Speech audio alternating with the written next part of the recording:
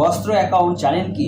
সবাই বলছে এবার সামলা ট্রাম্প 500% ট্যাক্স লাগিয়ে দিয়েছে। আচ্ছা, নিন্দুকেরা খালি বলেছে সরকারি টাকা খরচ করে মোদি খালি বিদেশ ভ্রমণ করছে। জানি না এনারা কিছু জানার চেষ্টা করছেন কিনা। ভারত আমেরিকার সাথে $140 বিলিয়ন বাণিজ্য করে, এর মধ্যে বেশিরভাগটাই রপ্তানি করে। স্বভাবতই ভারতীয় পণ্যের উপর যদি 500% ট্যাক্স বসে, তাহলে ভারতীয় ব্যবসায়ীরা বাণিজ্যই করতে পারবে না। আমেরিকা এখানে মূর্খের স্বর্গে বাস করছে। সবারই বক্তব্য হলো মোদি কোনো ট্রাম্পকে আর কিছু বলছে না। মোদির মতো কিছু মানুষ থাকেন যারা বলার থেকে নীরবে থাকতে বেশি আগ্রহী। মোদি নীরবে যা করার করেছেন, প্রায় 20-24টা দেশের বাণিজ্য চুক্তি করে ফেলেছেন।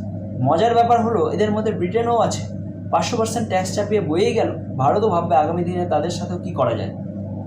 যাই হোক, যেটা বলছিলাম, বস্ত্র অ্যাকাউন্ট হলো এই 22টা দেশের মধ্যে প্রত্যেককে এই অ্যাকাউন্ট খুলতে হবে। এবার ধরুন ভারত ব্রিটেনকে 100 টাকা মাল বিক্রি করলো, ব্রিটেন বলবে আপনার বস্ত্র অ্যাকাউন্টে আমার টাকাটা রেখে দিয়েছি, আমি যখন আপনার মাল বিক্রি করব তখন ওই টাকা নিয়ে নেব, অর্থাৎ ক্যাশলেস ট্রানজ্যাকশন। ফলে প্রত্যেকে তার নিজস্ব মুদ্রায় ব্যবসা করতে পারবে। কাগজপত্র তো দেশের সরকার সামলাবে, ডলারের প্রয়োজনই পড়বে না। এটাই ট্রাম্পের মাথা খারাপ। আর তাছাড়া ভারত এখন তার নিজস্ব মালের দরদাম করতেও পারবে, যে বেশি দেবে ভারত তাকে দেবে। তারপর ব্রিক্স তো আছেই। এখন চীনেরা বুঝেছে আমেরিকার সাথে টক্কর দিলে ভারতকে পাশে লাগবে। এতেই রাশিয়া, ভারত, চীন একটি ত্রিমূর্তি অক্ষ তৈরি করেছে। রাশিয়া তো চিরকাল ভারতের বন্ধু ছিলই, ট্রাম্পের এর মাথা খারাপ। ফলে একদিকে ভারতের লাভ হচ্ছে, ভারত তার দুই নৌকায় পা দেওয়ার চেয়ে পুরনো বন্ধুকে আঁকড়ে ধরা বেশি প্রয়োজন বলে মনে করেছে। রাশিয়াও তার বন্ধুত্বের মধ্যে কোনো কার্পণ্য রাখেনি। ভারতের তাদের সব থেকে গোপনীয় অস্ত্রের প্রযুক্তি বিনিময় করবে বলে জানিয়ে দিয়েছে।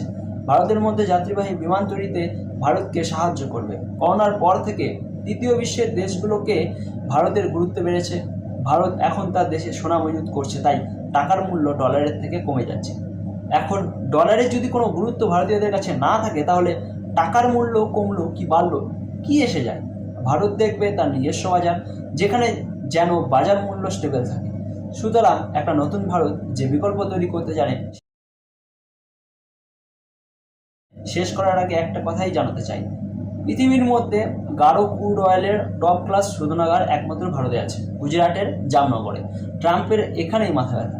ভেনেজুয়েলার তেল ভান্ডার থেকে তেল তুলে শোধন করতে ভারতকে প্রয়োজন। সুতরাং ট্রাম্প ভাবতেই হবে যে ভারতের বন্ধুত্ব না ভারতের সাথে শত্রুতা। যদি ট্রাম্প তার ইলেকশন ফান্ডিংস করছে তেল কোম্পানিগুলোকে দেখতে গিয়ে নিজের দেশের মধ্যেই বিরোধিতা পড়েছে। মার্কিন সেনেটরা ট্রাম্পকে জানিয়ে দিয়েছে কোনো দেশ আক্রমণ করার আগে সবারই অনুমতি নিতে হবে। সুতরাং আমরা তাকিয়ে থাকবো আগামী কয়েকদিন বিশ্ব রাজনীতিতে কী কী হচ্ছে।